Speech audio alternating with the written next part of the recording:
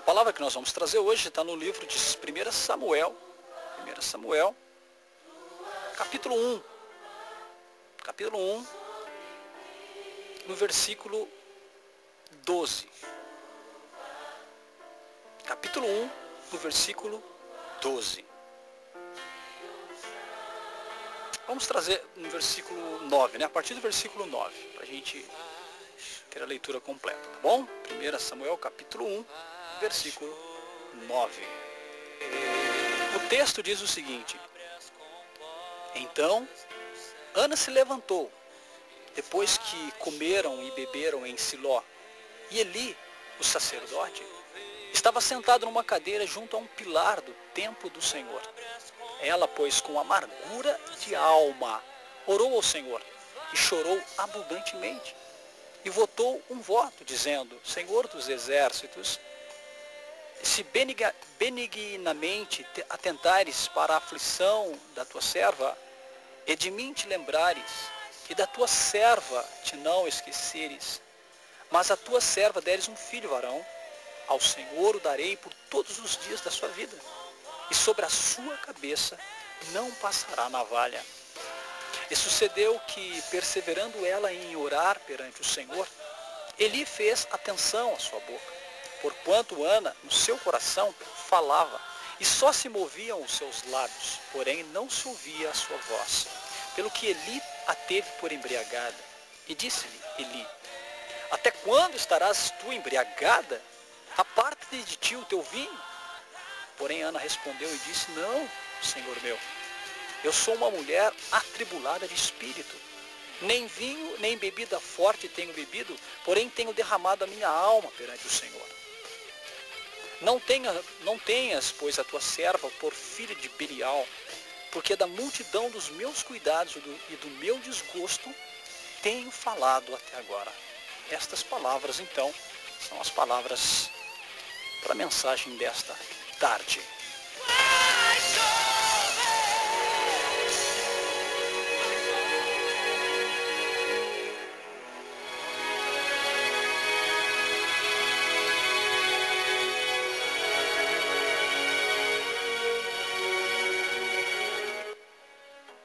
Eu trago essa mensagem dessa tarde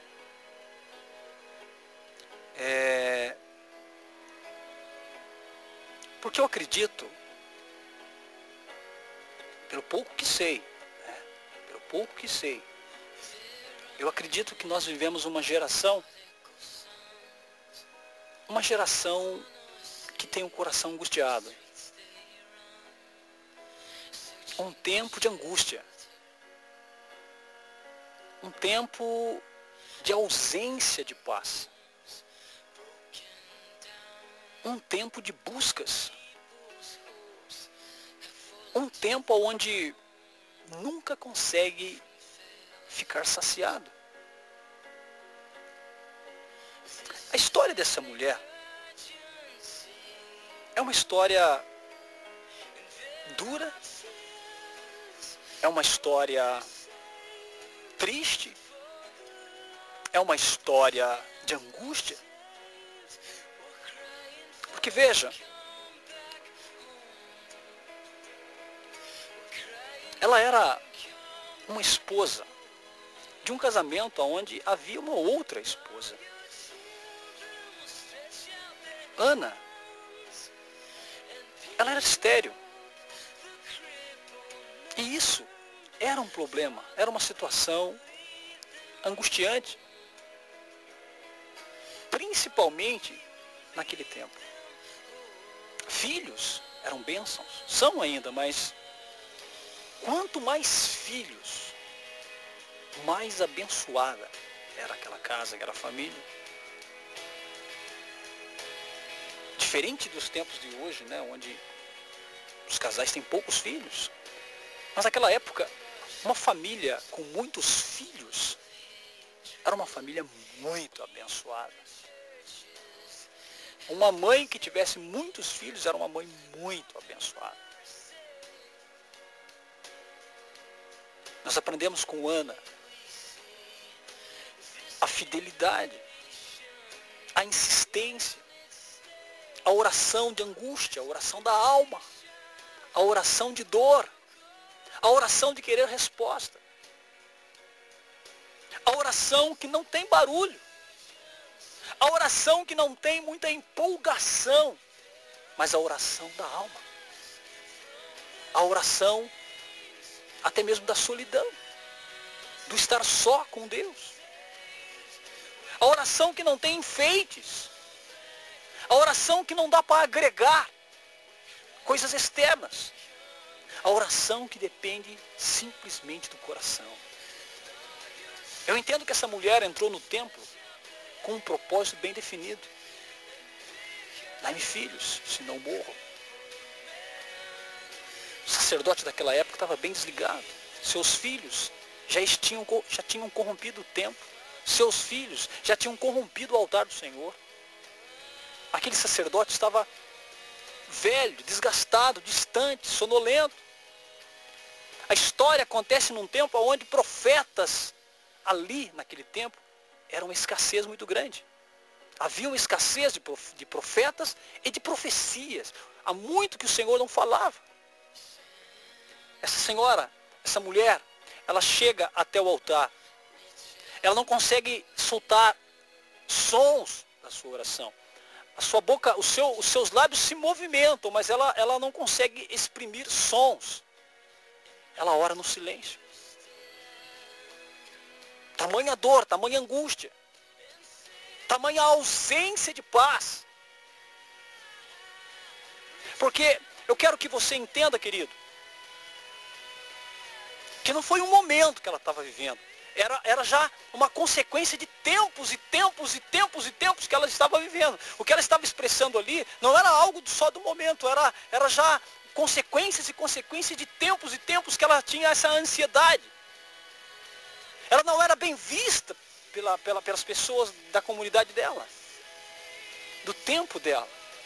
Por quê? Porque enquanto a outra esposa de seu marido tinha os seus filhos, ela não tinha filhos. Mesmo sendo bem tratada pelo seu esposo, sendo querida, sendo amada, ela não conseguia gerar. E eu sei que nós estamos focados nessa situação de Ana. Ela não conseguia gerar. Ela era infértil, estéril. Meu Deus. Porque nesse momento, eu quero dizer para você, sim, entenda a história de Ana, mas não fique fixado em ela não ter filhos. Fique fixado em ela não ter frutos. Fique fixado na angústia dela ser uma pessoa estéril. E traga isso, meu querido, para o seu tempo, para o meu tempo, para o nosso tempo. O que é ser estéril espiritualmente nesse tempo? O que é não conseguir gerar? E não é só gerar filhos, não conseguir gerar, não conseguir realmente ter frutos. Esta era a angústia daquela mulher. Porque existem duas situações. Ela poderia muito bem administrar e dizer, não tenho filhos, fazer o quê? Eu vou me conformar com isso. Eu não estou gerando. Fazer o quê? Mas ela se preocupou porque ela queria gerar. E como filho significava bênção, ela queria gerar bênção.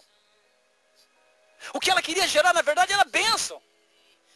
Então, quando se fala em gerar bênção, eu tiro, então, a figura da mulher que gera um filho, eu trago para a figura de homem e de mulher, gerar bênção.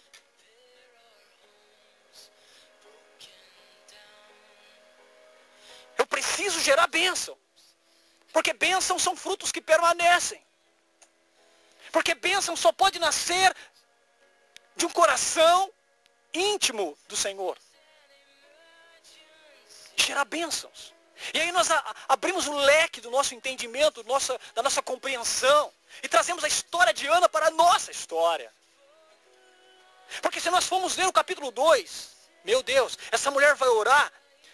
E aí eles vão conseguir ouvir a voz dela, porque ela vai celebrar. Ela vai celebrar, meu Deus, a vitória que Deus deu. Mas antes da celebração, ela entrou no seu recanto, ela entrou na sua intimidade, ela entrou no seu esconderijo. E ela se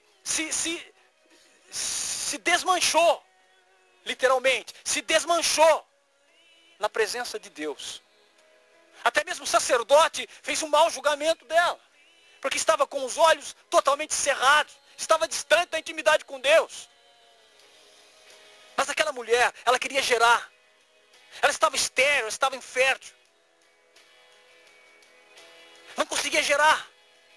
Não conseguia conceber. Ela não concebia. Meu amado, ela não era qualquer mulher. A história nos mostra que ela era uma mulher de Deus. A história nos mostra que ela era uma pessoa do Senhor. E sendo uma pessoa do Senhor, é óbvio que haverá concepção de bênçãos em nós. E eu também quero tirar nesse momento toda esta figura errada de que bênção é casa, de que bênção é carro, de que bênção é uma vida próspera financeiramente. Eu quero deixar isso de lado. Porque se nós começarmos a raciocinar esse texto dessa maneira, que tem sido raciocinada nos tempos de hoje, nós perdemos a raiz, a intenção da palavra. Então, por favor, elimine. Elimine, porque talvez você tenha tudo isso, mas não está feliz. Talvez você tenha tudo isso, mas o teu coração está igual ao coração de Ana. Isto prova que o material nunca vai conseguir preencher o seu coração. Eu não estou dizendo que você não possa ter. Mas isso, meu amado, não tem nada a ver. Não tem nada a ver em ser uma pessoa abençoada. Há muitas pessoas que não têm nada disso e são abençoadas. Então vamos voltar na oração de Ana. A Bíblia diz no versículo 13, Ana no seu coração falava. E só se moviam seus lábios, porém não se ouvia a sua voz. Então, oração poderosa nem sempre é aquela oração do grito. Nem sempre. Mas, Rodolfo, a oração que se grita é errado. Eu não estou dizendo isso, mas nem sempre. E existem pessoas que usam só esse termo. Ou, foi uma bênção, foi um fogo, porque houve gritaria. Não. A maneira de medir se a oração poderosa não é o tom da voz. Prova disso está em Ana. Prova disso está também no Evangelho, quando Jesus disse, se quiser falar com teu pai, fecha a porta do teu quarto e lá no oculto fala com teu Deus, que conhece teu coração. Então a gente vai aprendendo algumas coisas. Então Ana, ela teve uma intimidade tão grande, ela não ficou dando voltinhas. Ela não ficou ali enfeitando a sua oração, ela disse para Deus, se me deres um filho, eu entregarei ele totalmente a ti, eu colocarei ele no templo. Ele vai ser consagrado seu. Porque eu preciso e quero ter uma bênção. O que temos gerado, queridos? Rodolfo, o que você tem gerado? Confesso que tenho me perguntado. Confesso que tenho pensado muito sobre isso. Até esses dias, um amigo querido veio até mim e disse, parece que você está sem emoção. Parece que você está sem emoção. Eu disse, realmente. Realmente. Porque a emoção demais, ela faz a gente ver coisas aonde não existe. A gente acreditar em coisas que não existem. A emoção quer falar mais alto que a nossa fé e que a nossa razão. Veja, essa mulher, ela queria gerar. Quantos de nós queremos gerar? Gerar vida. Gerar vida na nossa vida. Quantos de nós queremos gerar? Ter frutos que venham do Espírito Santo e não estamos conseguindo. Há muitos frutos, sim, há muitos frutos gerados aí na nossa comunidade, no nosso bairro, na nossa cidade, mas são frutos da emoção. Não é fruto da fé. É muito mais difícil, mais complexo. Gerar bênção. A bênção de ter a certeza da salvação e a bênção de ter o desejo de que outras pessoas também sejam salvas. Entenda o plano da salvação. Talvez as nossas lutas são fruto dessa falta desse oculto com Deus, desse particular com Deus. Há uma cobrança muito grande para que as pessoas vão à igreja, e devem ir mesmo. Devem ir mesmo. Mas Mas não é o suficiente, e é isso que nós precisamos entender. Nós precisamos entender que o único suficiente é o próprio Deus. E que Ele, se nós não falarmos nada, Ele sabe todas as coisas, ou não. Ou se nós falarmos todas as palavras que nós conhecemos, até mesmo em outros idiomas, não chegaremos nem a 0,5%. Não dá para se medir conhecimento humano com conhecimento de Deus. São tempos difíceis, são. Lágrimas são. Dores são. E tem um coração que parece que não se preenche nunca. É interessante porque é por isso que a mídia televisiva faz tanto sucesso. Com programas que alguns programas causam nojo, desculpa usar essa palavra. Alguns programas televisivos causam nojo, exploram ao limite a sensualidade, a piada.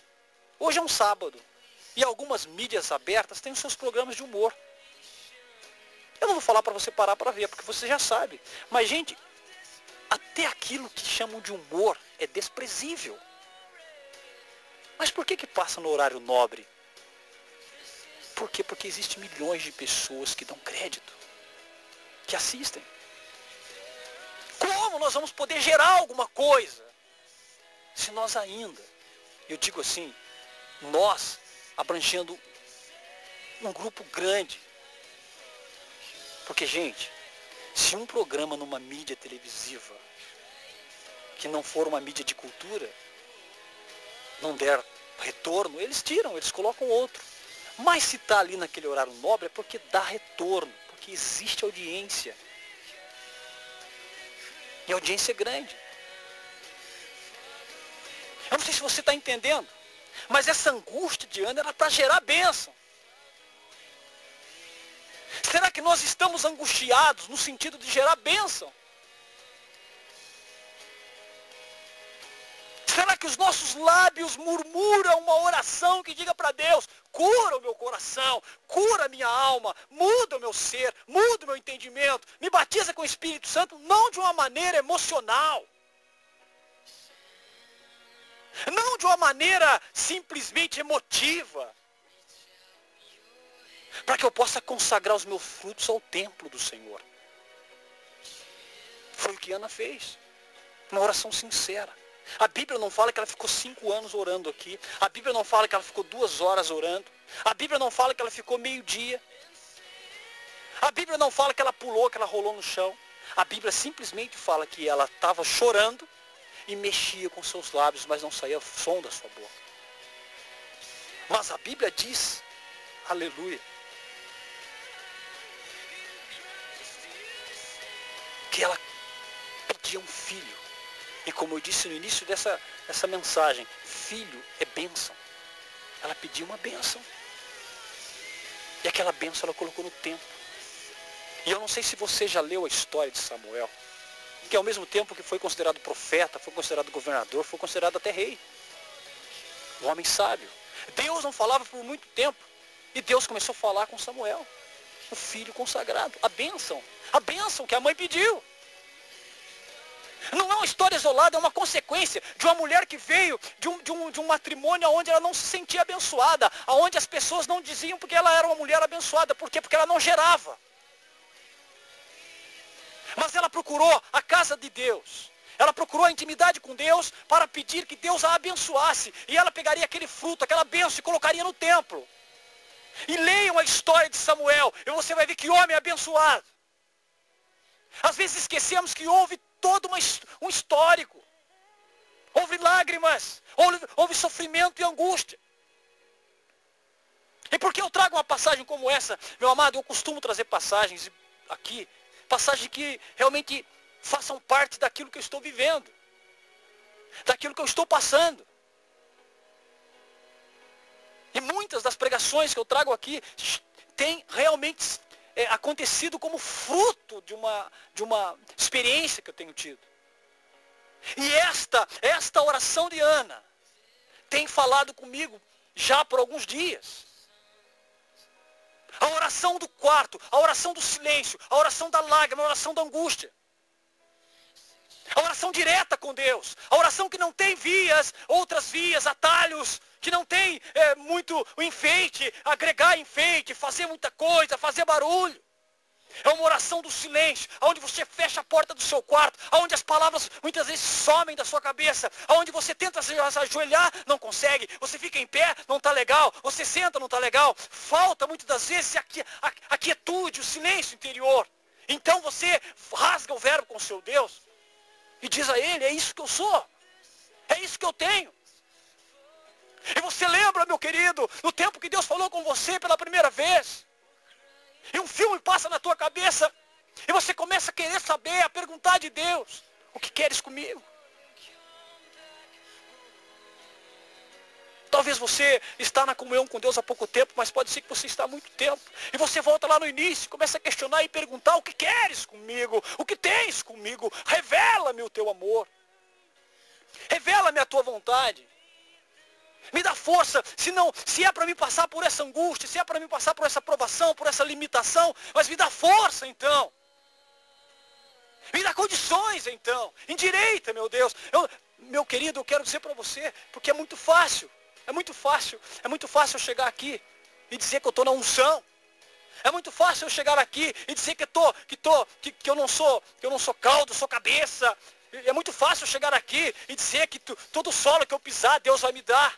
É muito fácil eu dizer que as bênçãos virão, a prosperidade virão, mas não é isso que a Bíblia está dizendo. A Bíblia está dizendo, aleluias, a Bíblia está dizendo de luta, de lágrima, de dor, e para vencer é com lágrima. Às vezes a gente vai perder muita coisa para poder ganhar, para poder entender. E Deus permite que na nossa vida aconteça espinhos da nossa carne, que nos coloque no chão, nos coloque com a boca no pó, e saber que nós somos isso, somente isso, pó, pó, pó, pó. Mais nada. Que não há ungido, que não há o grande preleitor, pregador, orador, intercessor. Há pessoas limitadas que necessitam inteiramente da graça de Deus. E eu gosto de vir falar aqui, sabe por quê, querido? Porque eu também podia estampar uma placa de um movimento, de uma igreja aqui na frente do programa. Poderia. Vai lá que lá funciona. Vem aqui que aqui a bênção está. Vai não sei na onde que ali você vai ser curado. Vai naquele grupo que aquele grupo tem a unção da santidade. Ali nós vamos revivar o seu coração. Aqui você vai ser consagrado. Aqui. Mas não é nada disso. Está mais do que claro, só não vê quem não quer. Se não houver intimidade pessoal, o quarto da oração, a intimidade com Deus, o que é muito difícil, Satanás luta para que você não ore. Por isso que ele enche a nossa vida de um monte de facilidade, de conforto. E nós colocamos todo o nosso tempo em muitas coisas que não tem retorno nenhum. E, claro, o nosso espírito vai ficando vazio. E é esse vazio que bem material não consegue resolver, que dinheiro não consegue resolver, que festa não consegue resolver, que aniversário não consegue resolver, que um filho meu que vai nascer, bom, alegria, eu vou rejubilar, mas não vai resolver. Você está entendendo? É a alma, é o vazio da alma que nos incomoda tanto. E Ana foi sincera, rápida, direta com Deus. E Deus abençoou aquela mulher. Querido e querida, não sou nenhum orientador. Não sou. Eu estou partilhando com você uma realidade. Nós podemos, em nome do Senhor, mudar isso. Em nome do Senhor, mudar essa história. Que hoje nós possamos quebrar muralhas que nos impedem de ir um pouquinho mais além. Quantos estacionaram? Quantos estão estacionados nesse momento?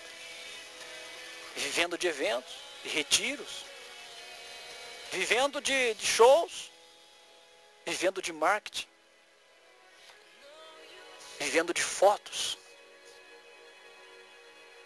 vivendo de fatos. Quantos pedem ajuda? Quantos estão morrendo? Quantos estão desestimulados? Quantos estão esperando um grande encontro, um grande retiro, um grande avivamento, Quantos estão esperando alguma coisa? E esquecemos do quarto. E esquecemos da intimidade. Mas hoje, nós podemos ser diferentes. Mas amanhã, Rodolfo, amanhã ainda pertence a Deus. Amanhã nós podemos falar a mesma coisa. Podemos hoje. Em nome do Senhor. Eu sou Ana, você também. Nem melhor, nem maior, nem menos e nem mais. Precisamos da bênção que vai preencher o nosso coração. Em nome de Jesus. Amém.